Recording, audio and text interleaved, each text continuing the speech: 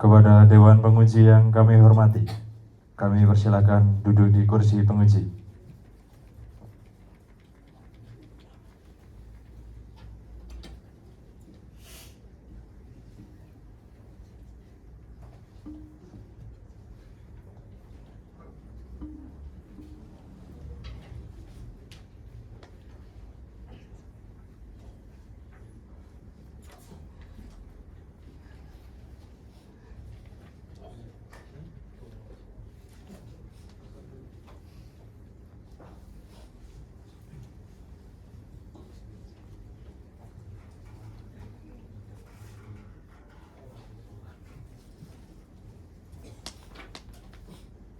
Kepada penyaji, dipersilakan menempatkan diri.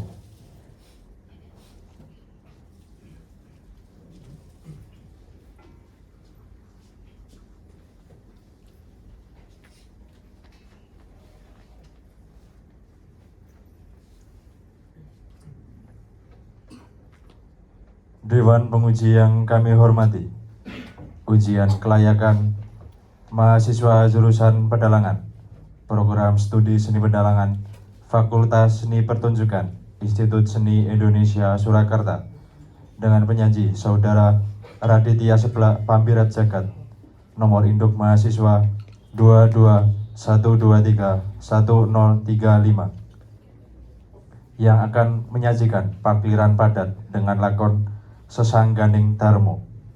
Kepada penyaji, dipersilakan.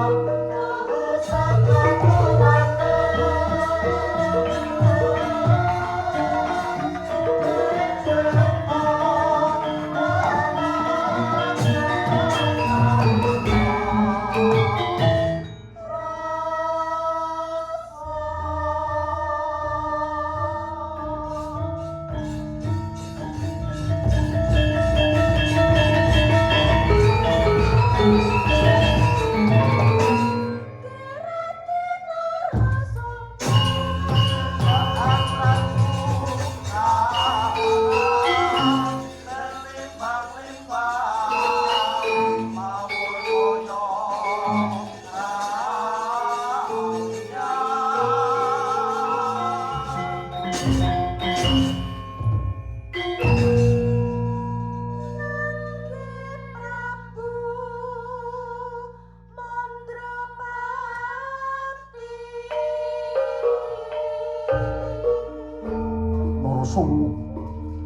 kuduning kadewasanmu iki jeneng sira bisa nimbang ngendi kang dadi bener lan luput. Parandene samengko jeneng sira kepeksa kudu badal apa kang dadi karsane ingsun. Sejatine apa kang dadi sedyanira kuwi Narasoma?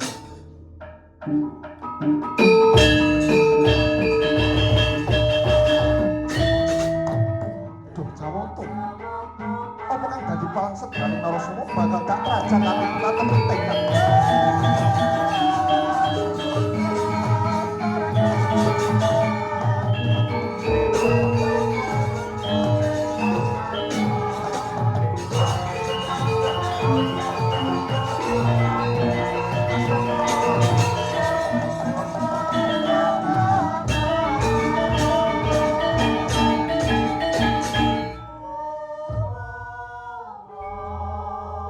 Ireng gegulung himawan mungguing tawang hanglimuti sunariseng yang pratanggawan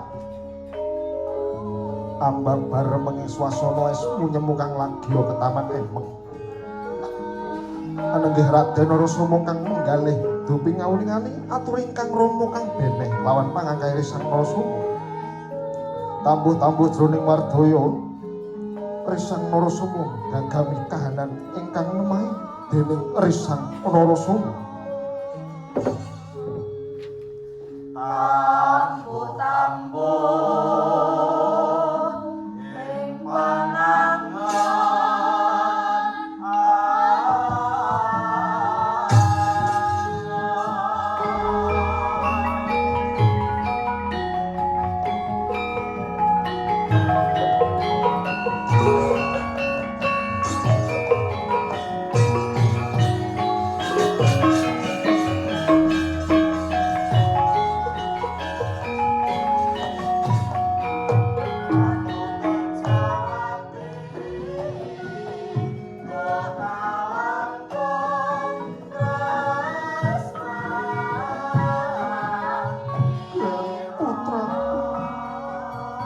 jaluk urung napa kang dadi setyane sebab samubarang kang sira putuake wis tumepak ana ing praja Mandaraka kene. Kanjeng Ibu,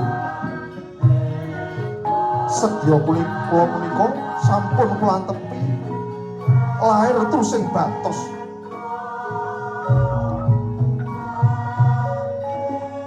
Narasoma,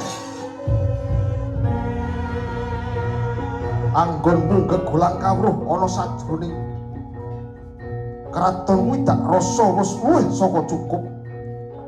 Mula ora ana perlu ning kowe lelono kaya wong ora duwe papan wae. Kanjeng Rama, sedya kawula punika ingkang kados mekaten lerekipun kagem kula wentah kadiwasaning Batos kula ingkang benjang kedah ngasta pusaraning Praja Mandaraka. Narasoma, aja kok anggep aku kuwi wong bodho. Aku iki Sudarmamu sing mukir jiwa ragamu. Aku kang kowe ana dalan prayoga kang kudu mbok liwati. Menawi mekaten kedahipun paduka langkung rumaja lamun ancas miwah sedya kula nggula wentah kadiwasaning budi miwah cipta punika lerekipun boten sanes namung kagem kamuktening bangsa Madras. Dasar bocah banget, Narasoma.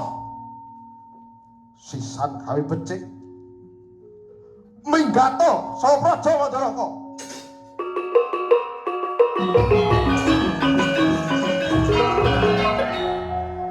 Kakang Narasoma, boten lira sing Batos kula menawi paduka tilar praja. Kula aturi sareng langkung rumiyin, Kakang Mas. Prayogi karembak malih kanthi lerming penggalih. Magrib. Aja mbok gondheli langkungane kakangmu kuwi.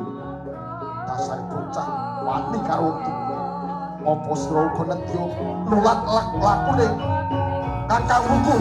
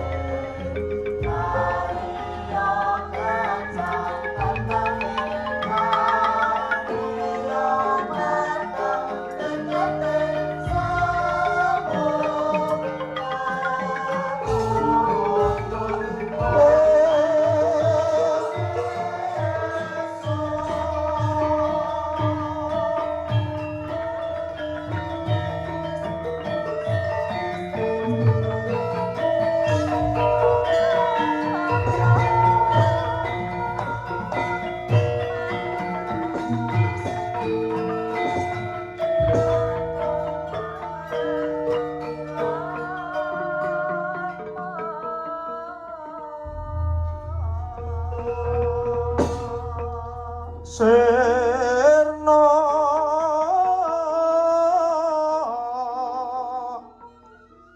kumaraning liyan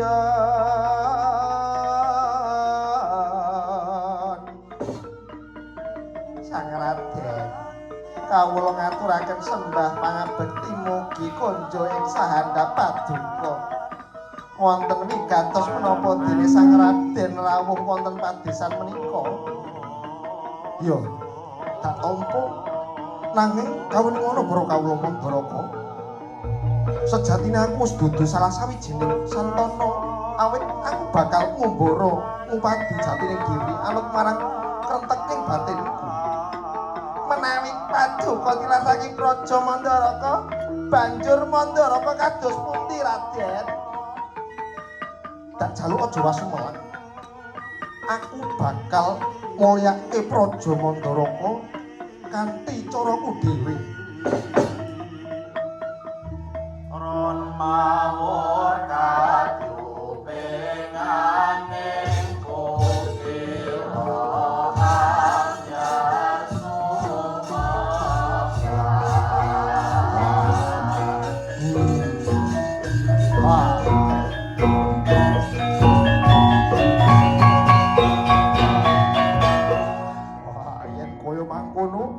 tegese paduka menika wis ngorat-arit pranatan ingkang sampun dipun rumat kalian luhur paduka Raden. Menapa sarana kang kados mekaten malah dadi jalaran runtuhe Praja Mandoraka. Iya, bener. Bener. Kosek. Nek katuran kuwi ditata, aja lancang kaya ngono kuwi. Iki ning ngarepe Ratu Gustimu lho. Ayo, bener. Bener. Aku ora lancang, Kang. Aku ora lancang. Ning ngatasi kawula cilik aku mau wedi yen Praja Mandoraka bakal diperintah marang wong kang tumindak angkara. Kaya dene Raden Narasoma iki. Wong ya samu barang wis cemepak, malah buru benere dhewe. Ngono kuwi apa pantes dadi calon ratu. Yen dipikir-pikir bener omonganmu. Narasoma, pidato wae Narasoma.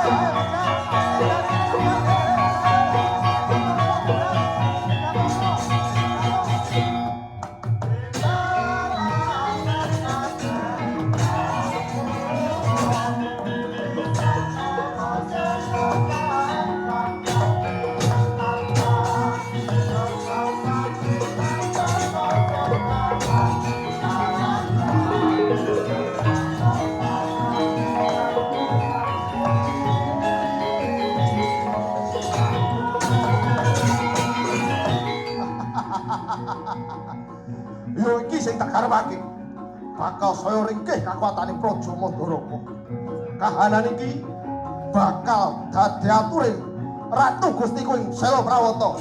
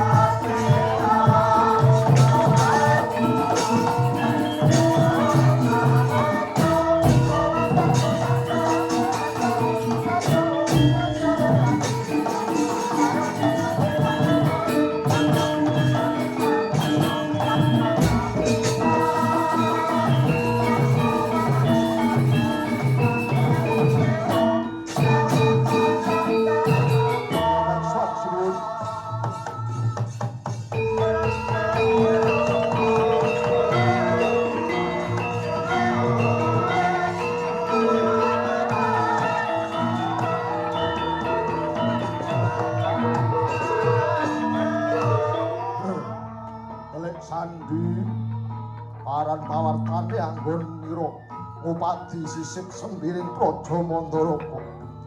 Kepareng matur sinuwun. Praja Mandoraka dinten menika nedheng mandelong kakayatanipun. Awit anut pawarta ingkang kula tampi Raden Narasoma samangke nedya medal saking praja. Lan ugi para kawula lagya ketaman ruhara kang kula damel supados dados congkrahipun Praja Mandoraka. Buta Pandhawa tata gati wisaya Indraksa Sura Maruta Pawana Bana Margana bagus dadi saya ringkih karo sane Praja Mandaraka. Kari ratune wae sing kudu disinggirake. Mula enggal siagakna Parawadya Bala. Hukum Mandaraka dadi Karangabang. Sendika ngestaken dawuh siwun.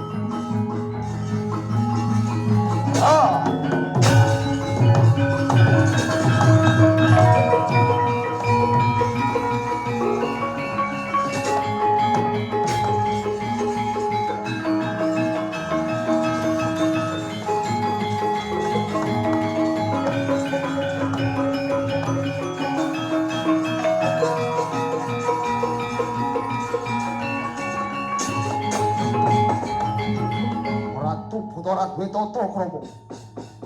Waning luruk tanpa layak parantang. Wela dalah. Kabeh mawa akal Mandara Kodat lagi ketaman Ruhara bakal tak dadekake sarana ngembur praja. Becik tela marang ingsun tinimbang ilang nyawamu. Aku luwih becik, aku gugur merga melani kaulaku tinimbang urip dadi andhamu. Wela dalah kelakon pangajamu.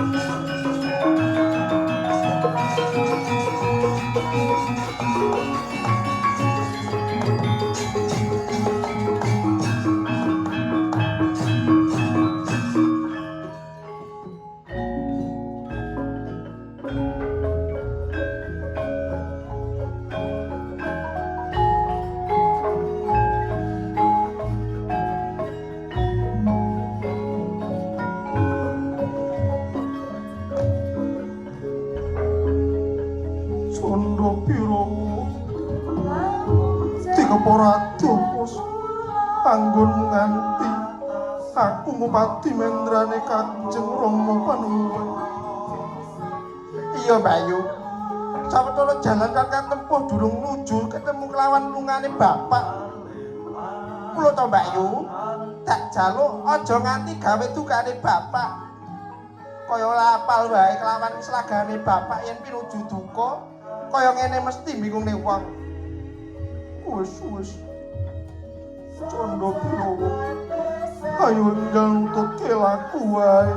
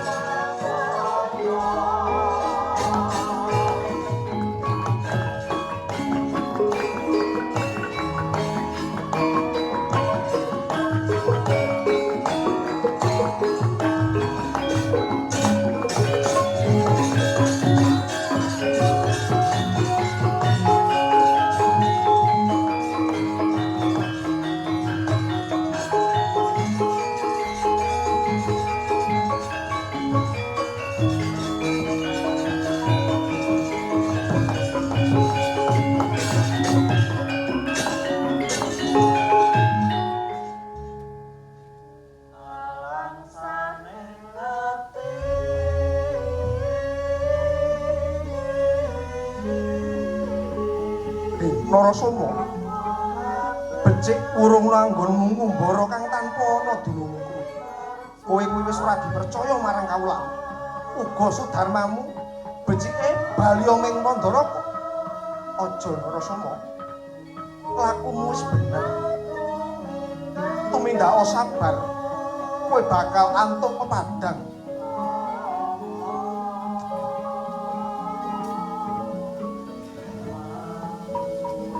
Duh Jawata. Sepira abote lakon kang dak sandang bakal dak terajang kanthi anteping tekad.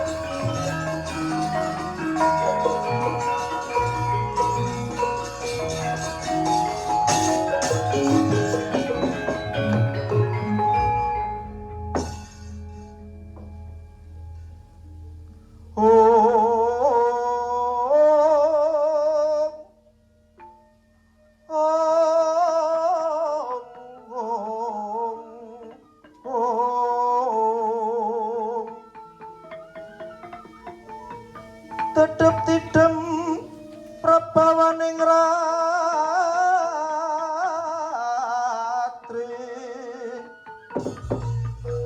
krungu sambatmu sing kaya mangkono jroning batinku kaya diiris sejatine sira iku sapa kula namung drajating tuwa buru kang nedya kupadi beburon ora gumun pranyata jalaran saka sadrajating tuwa buru mestine ora tepung marang tata krama nanging yen tak sawang saka pasuryanmu sajak katonmu kaliyan kuwi amung sadrajating tuwa buru lajeng pendan muat saking busana miwah solah sloga paduka nuduhaken bilih paduka menika satunggiling pandhita suci paduka menika sinten miwah wonten pundi anggen paduka mangasrama yo kaki buru mburi saka pertapan arga belah dene aranku Begawan Bagaspati lajeng paridamel punapa ingkang nganyurung karsa paduka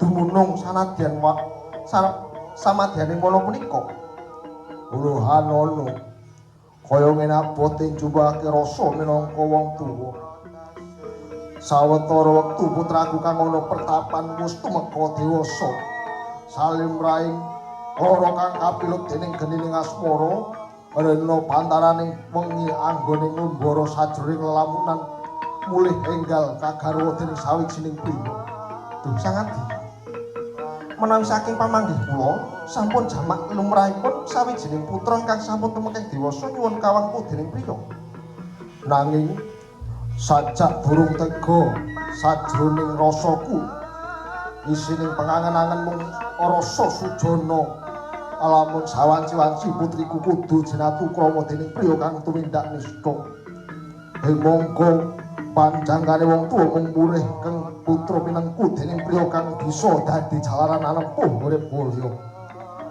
parandene lamun tumeka kosok kaline apa ora jeneng malah gedawa lara pancen leres sangadi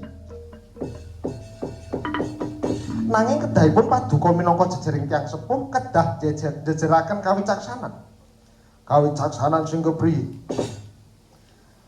Sanadyan paduka anggadhahi purba nanging wasesa wonten ing astanipun ingkang putra.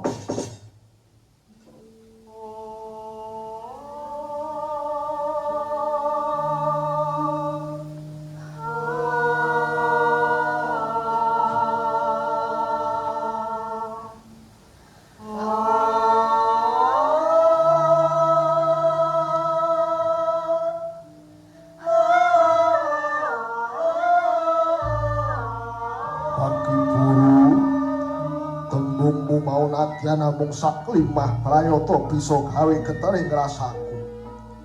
Mbok coba saiki aku tak ganti takon. Oleh-olehan mopo suwe-suwene dadi tuwa buru? Lan bab apa kang dedasar uripmu? Kepriyanggonmu nggagapi gelaring urip iki lan apa sediamu sajroning urip iki? Duh, Sangadi. Sejatosipun anggen kula kerayara dados tuwa buru punika amargi darbe sedya anempuh margining kadiwasan. Larekipun inggih tumuju ing memayu hayuning bebrayan sapi. Banjur temeka dina iki apa sira wis nemoni kadiwasanmu kuwi? Duh Sangadi. Awit saking cubluk babagan kawruh punika ingkang dados pepetenging manah kula. Sejatine kadewasaning diriku tuh saka dirimu pribadi. Awit saka tanggung jawab kang sira sandang uga bisa ngendhaleni rasa murka kanthi wening pamikir. Saka tembung kang sira wedharake marang aku yektine bisa mandhangke pikirku. Uga anteping tekadmu nganti keraya-raya dadi tuwa buru. Negesake ento sira wis bisa ngancik kadiwasaning pikir. Duh Sangadi. Bebasan lumampahe wanci panglongkap papak obor sewu. Sakala padhang sajroning manah mireng pangandikan paduka. Nanging kula tesih kepengin mirengaken sedaya pitutur paduka. Mbok bilih paduka saged nampi pasuwitan kula. Ya Kaki Buru. Kowe aja kuwatir. Nanging ana sarana kang kudu katempuh. Punapa to punaginipun Sangadi? Ana pandhita kang ngakarya wangsit pindha kumbang angajaping tawang susu angin ngendi nggone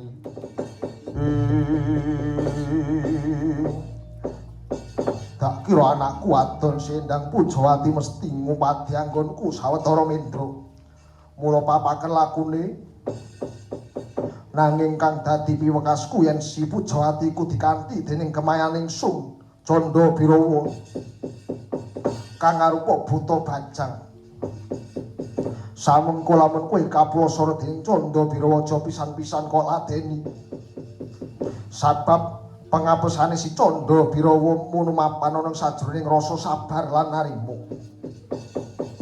Boten langkung namung sendika ngestaken dawuh panemban, namung puja pangasta paduka ingkang kawula suwun mugi anjang mangono salampah kawula. Iya. Tak sangoni puja Basuki, muga raharja salaku.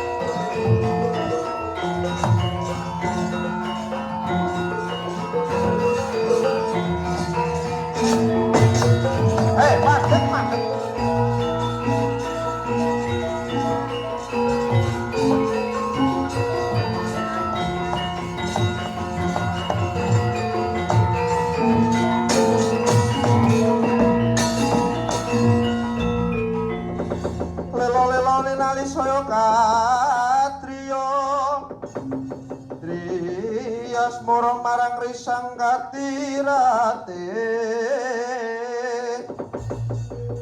rate ratune wong cakra kembang kembang jaya kusuma asih mengkula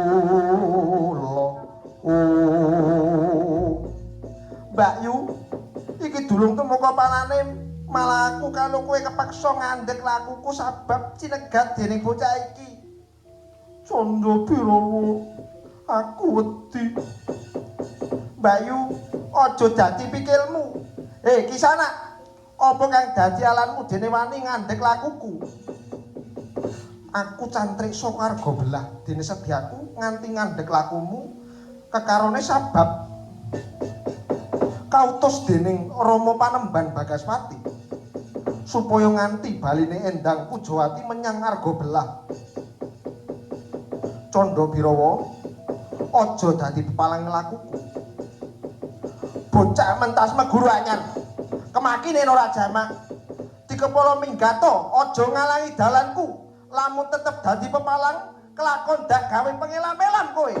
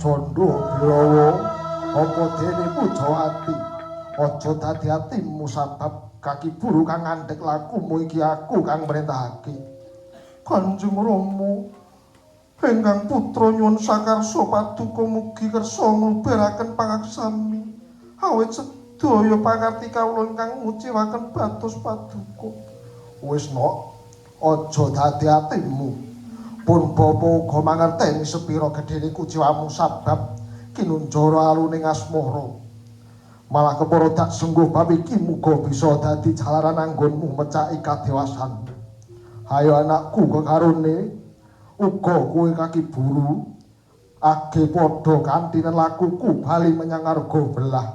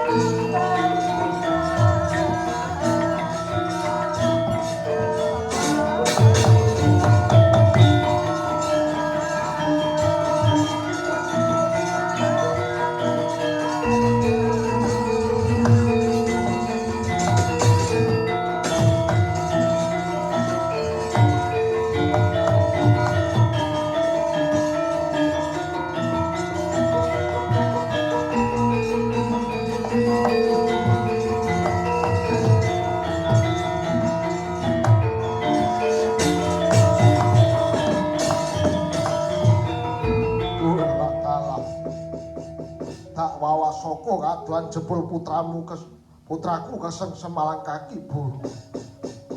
Kang Pranyata dadi salah sawijining muridku.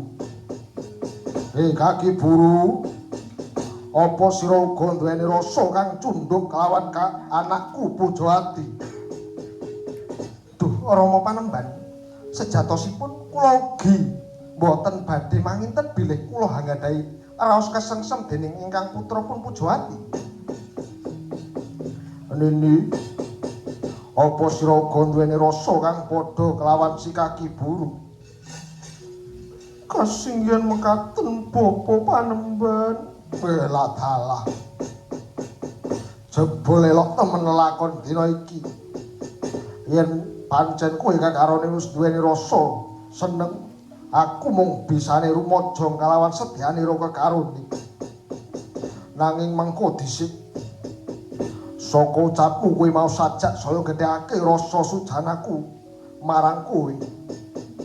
Sabab ana kang apa kang dadi ucapmu kowe dudu salumrahe tuwa buru. Sang Adi Panembahan, saking awrating batos angampah drenging karsa kawula nyuwun agunging pangaksami bilih kedah alampah culika sangarsa paduka. Tegese kepriye?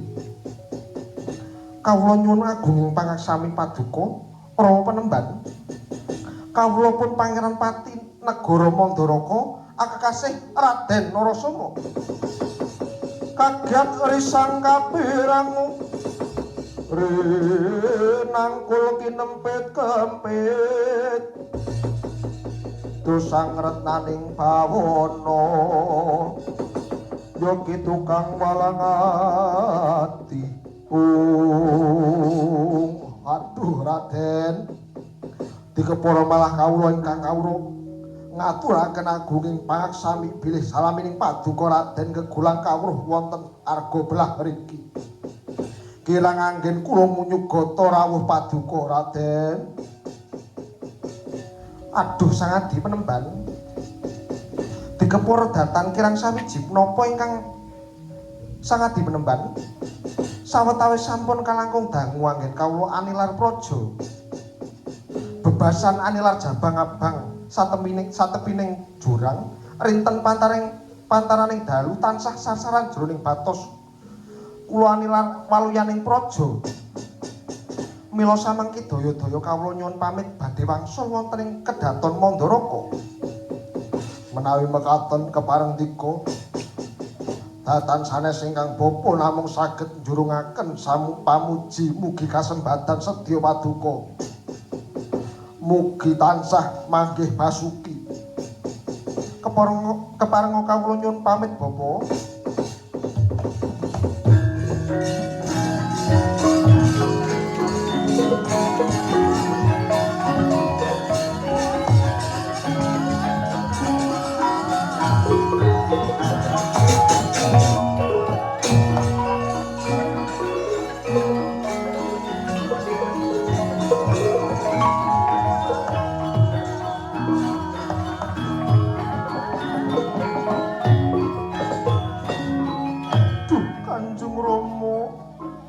Mboten mentala menawi Raden Narasoma kondur ing Mandaraka ijen tanpa rawan keparenga kula sumusul tumindakipun Raden Narasoma. Semono uga aku Bapak. Kakang Narasoma wong apik. Aku bakal melu Kakang Narasoma ya Pak. Iya. Lamun kaya mangkono gedene tekadmu, Candra Biro bakal tak ilani ngawat-ngawati Raden Narasoma. Nanging nini sira ora tak keparengake sabab sira ora bakal ngerti bebaya apa kang bakal nemahi Raden Narasoma. Becike sira nglanti tekane Raden Narasoma wae nini. Yen kaya mangkono Bapak, aku bakal pamit sumusul lungane Kakang Narasoma ya Pak. Iya nggih, muga raharja salahku.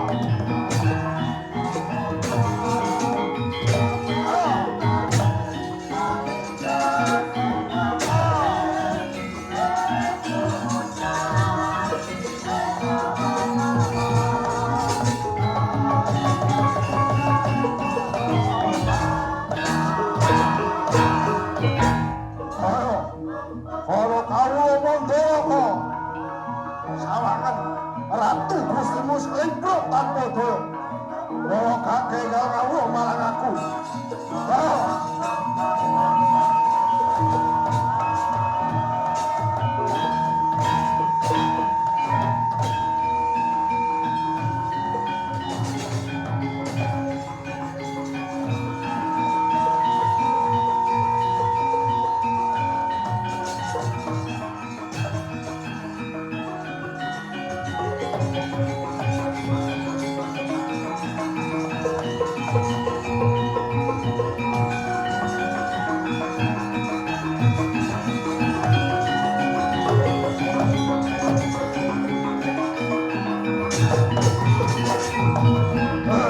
Minggir bocah bagus.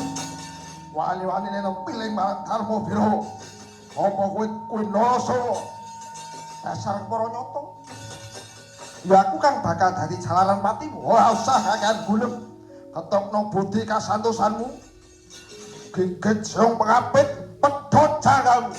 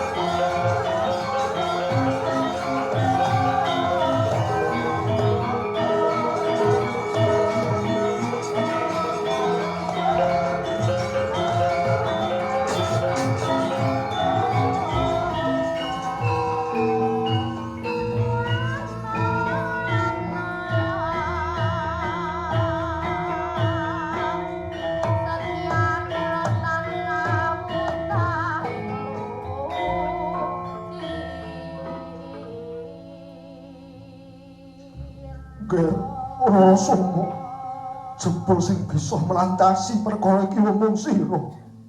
Pun bapa lugut luput yo Ger. Apuranen pun bapa. Kanjeng Rama, sejatosipun kula namung manut marang krenteking batin kula. Jebul salunane sira saka Mandara kok kira akeh pacoban sing sira Siliwati. Nanging sira bisa mrantasi gawe iki nganti sira bisa ngancik dewasaning pikir.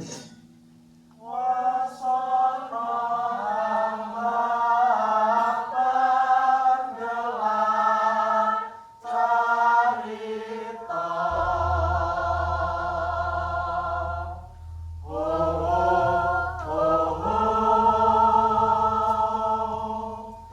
Tumrap kesasaning donya minangka kaca pringgala. Narasoma, wiwit dina iki sira bakal dadi ratu ning Mandaraka. Praja Mandaraka bakal tak pasrahke marang sira. Sira bakal dadi ratu kang jejuluk Prabu Salyapati. Wasana hamba panggelar carita.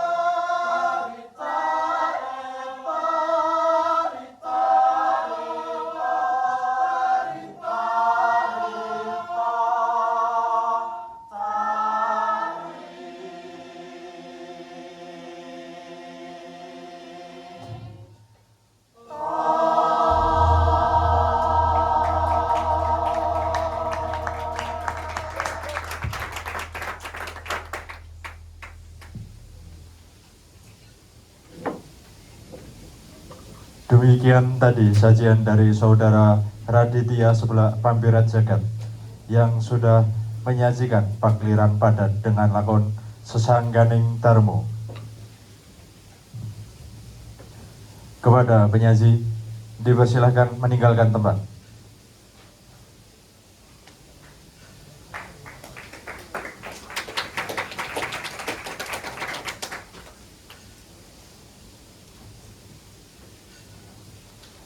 Kepada Dewan Penguji yang kami hormati, kami persilakan meninggalkan tempat dan menuju ruang sidang.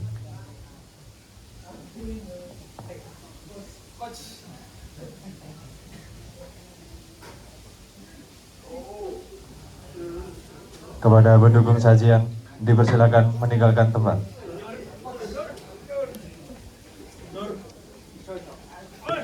Tempik.